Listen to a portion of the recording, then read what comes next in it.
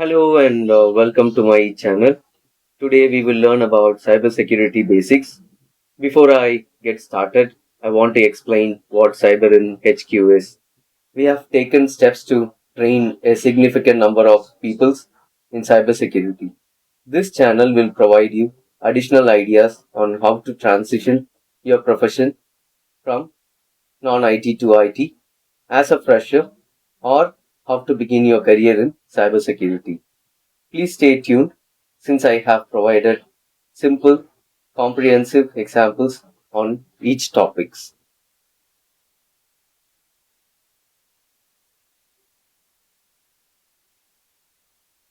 Introduction to cybersecurity.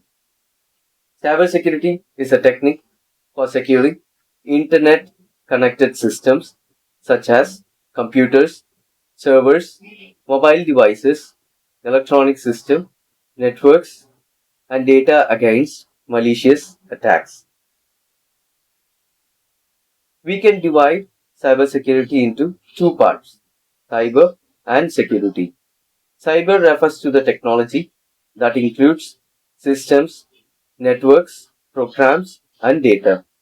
And security is concerned with the safeguarding of systems, networks, applications, and information.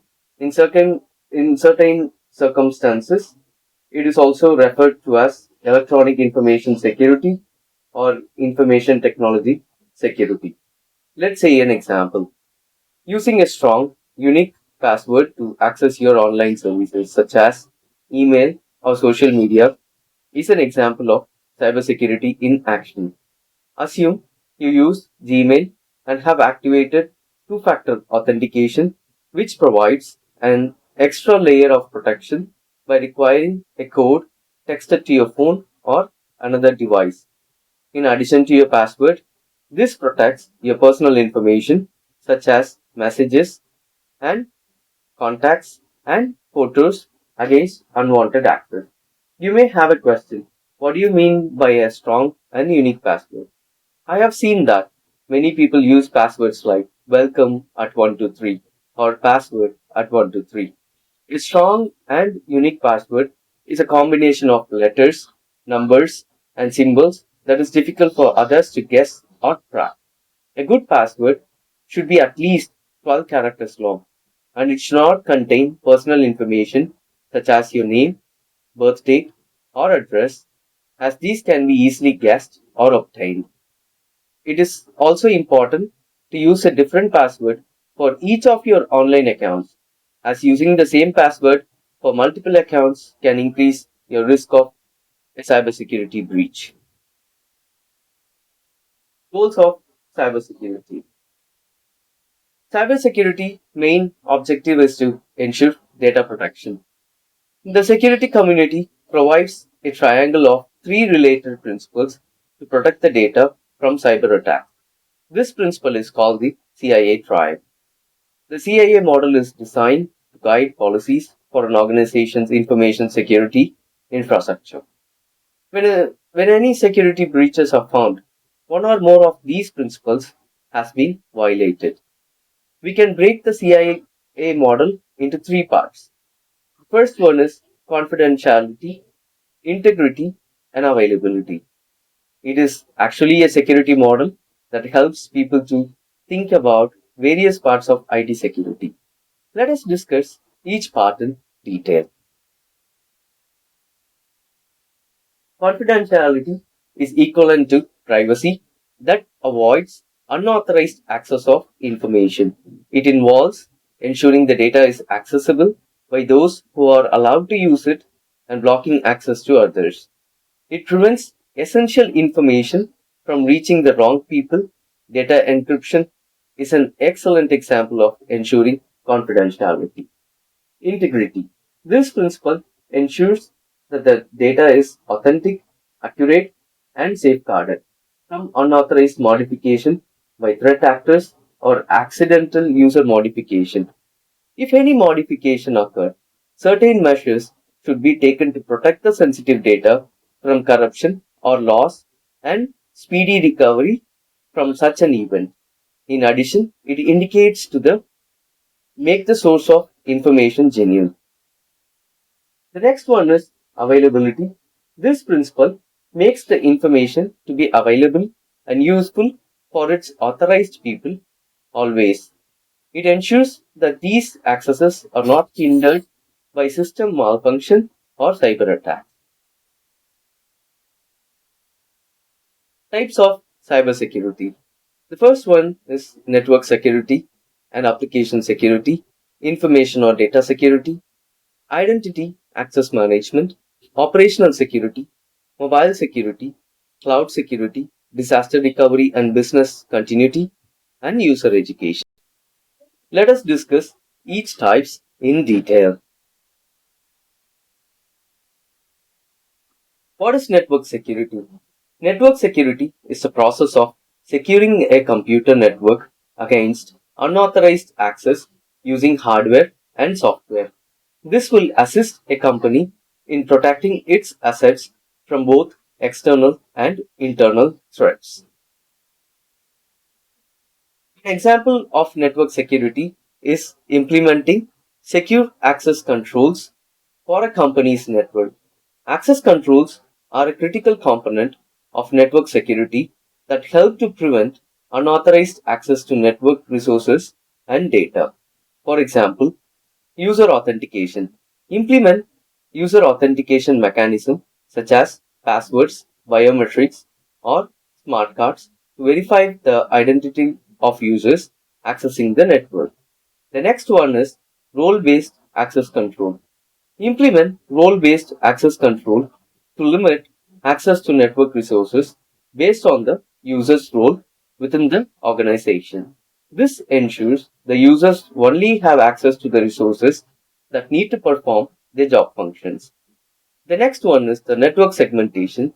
A network segmentation should be implemented to divide the network into smaller, isolated segments that can be more easily managed and secured.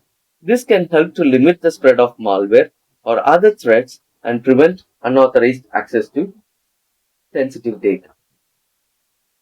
And the organization should also perform regular access reviews by conducting the access reviews to ensure that users still require access to the resources that they have been granted.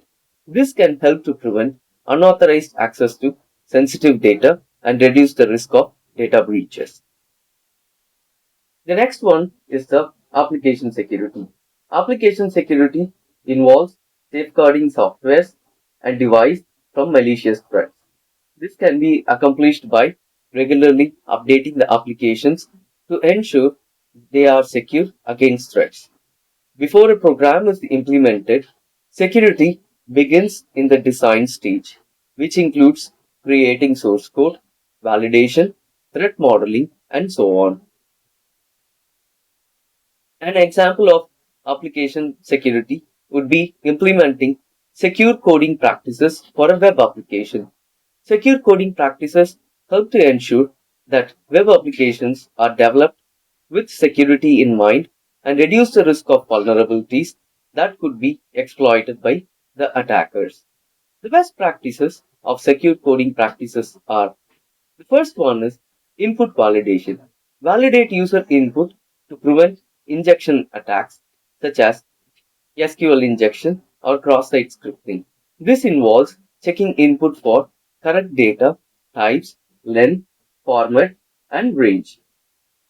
The next one is authentication and authorization. Implement strong authentication and authorization mechanism to ensure that only authorized users can access the application's features and data. And the next one is secure communications. Use secure communications protocols such as HTTPS to encrypt traffic between the client and server and prevent eavesdropping and man in the middle attacks. The next one is the error handling. The organization should implement robust error handling mechanism to prevent sensitive information from being leaked in error messages and to prevent attackers from exploiting application errors. And finally, the regular security testing should be conducted, such as penetration testing or vulnerability scanning to identify and remediate any security vulnerabilities in the application. And the next one is the information or data security. Information or data security involves building a strong data storage method to ensure the integrity and privacy of data while in storage and transit. An example of information security or data security would be implementing data encryption for sensitive information. Data encryption is a critical component of information security that helps to protect sensitive data from unauthorized access or disclosure. For example, an organization should use strong encryption algorithms.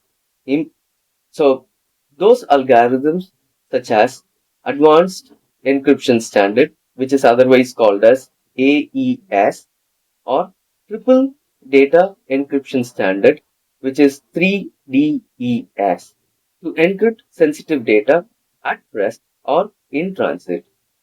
And the organization, they can think of implementing a key management Implement, implementing secure key management practices to protect encryption keys from unauthorized access or disclosure.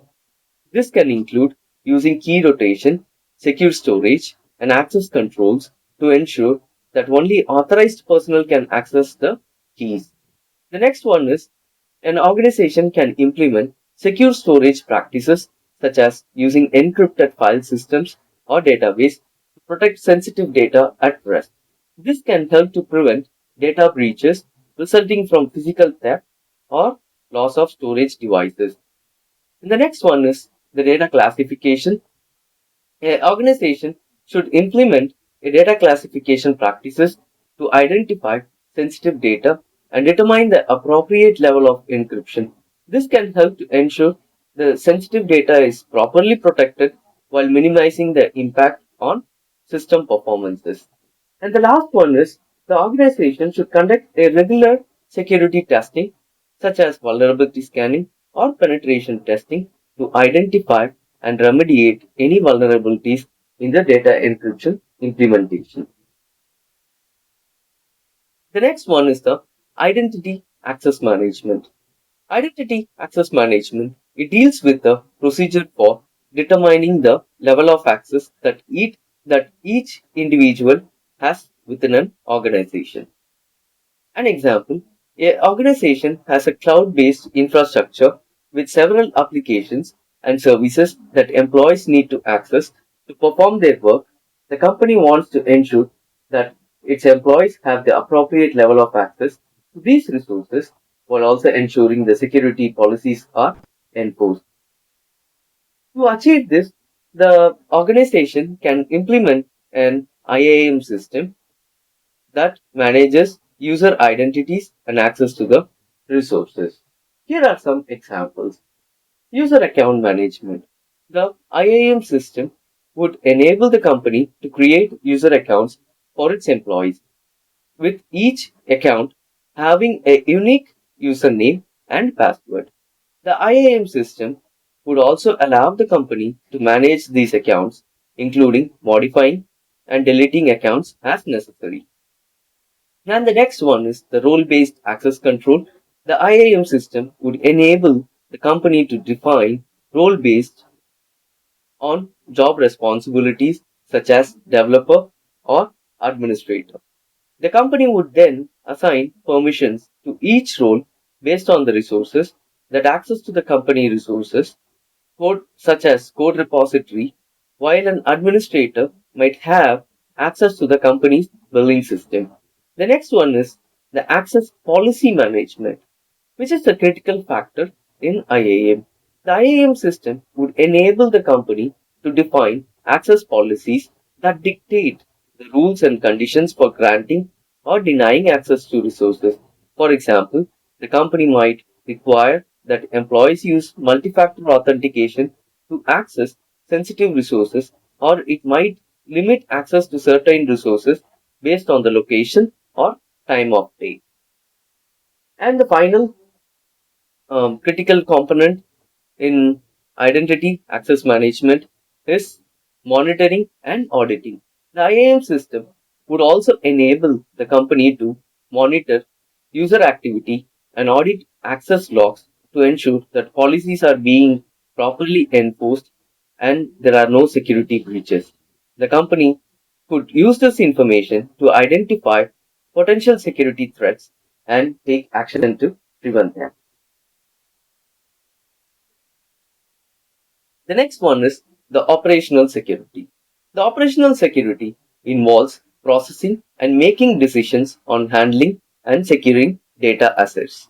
An example, there is a financial organization that manages sensitive customer data, including personal information and financial records. To protect this information from cyber threats, the organization implements several operational security measures, such as the first control is the access control. The organization restricts access to sensitive systems and data to authorized personnel only. This includes using strong passwords, two-factor authentication, and other security measures to prevent unauthorized access. The next one is the network security. The organization implements firewalls, intrusion detection and prevention system, and other security measures to protect its network from external threats. It also monitors the network traffic for suspicious activity and take actions to prevent potential attacks. The next one is the physical security. The organization implements physical security measures such as access control system, CCTV cameras, and security personnel to protect its facility from unauthorized access or breaches. And the last one is incident response. The organization should have a formal incident response plan in place to handle security incidents such as cyber attacks or data breaches. This includes identifying the scope and the impact of the incident, containing the threat, and restoring after the system affected and the data. The next one is the mobile security. It involves the organization and personal data stored on mobile devices such as cell phones, computers, tablets, and other similar devices against various malicious threats. These threats are unauthorized access, and it could be a device loss or a theft or a malware. For example, how to protect the mobile security from unauthorized access, device loss, or theft or a malware. An organization permits their employees to access their emails and OneDrive from their phones. For these scenarios, the organization should enforce password protection policies to ensure that all mobile devices used for work purposes are secured with strong and unique password. This will help prevent unauthorized access to sensitive data in case the device is lost or stolen. The next one, the organization can consider implementing an encryption that all data stored on mobile devices is encrypted both in transit and at rest. This helps protect the data from being accessed by unauthorized parties, even if the device is lost or stolen. The next one is the organization can implement remote wiping that can enable remote wiping capabilities on mobile devices so that if a device is lost or stolen, the data can be remotely erased to prevent unauthorized access. This also helps protect the organization from data breaches and the compliance violations. And the next one is the organization can have a mobile device management, for example, a software to manage and secure mobile devices used for work purposes. MDM, that is called as mobile device management, allows for the enforcement of security policies, remote wiping, and tracking of devices, among other features. The next one could be an application security. The organization can enforce policies around the use of apps or mobile devices used for work purposes. This includes requiring that apps are downloaded from reputable app stores and review app permissions before installation to prevent malware or other malicious apps from being installed. And finally, the organization can provide an employee training on a regular basis in terms of mobile device security best practices. This includes educating employees on how to secure their devices, how to detect and report suspicious activity, and how to respond to security incidents. By implementing these measures, an organization can help protect its sensitive data stored on mobile devices against various malicious threats. It's important for organizations to have a comprehensive mobile device security strategy in place to ensure that, that their data is protected from cybersecurity threats.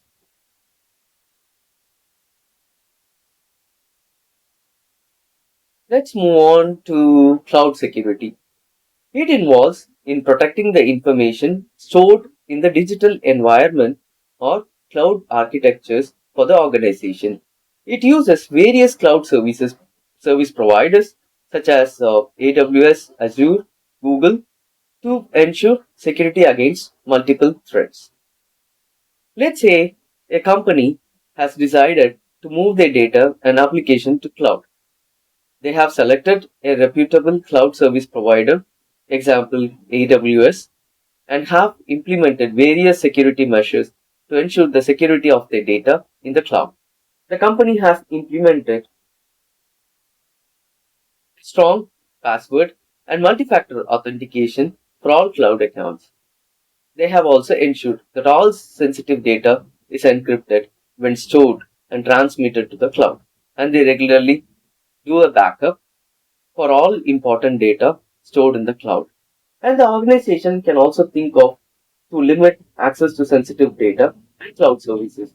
The company can implement access controls such as role-based access control to ensure the users only have access to data and services that are necessary for their job roles. They should also can review and update security settings for all cloud accounts on a regular basis. This would be the end of cybersecurity part 1, and you may soon expect a video from me with more concepts in the part 2. Please stay tuned. Thank you for watching.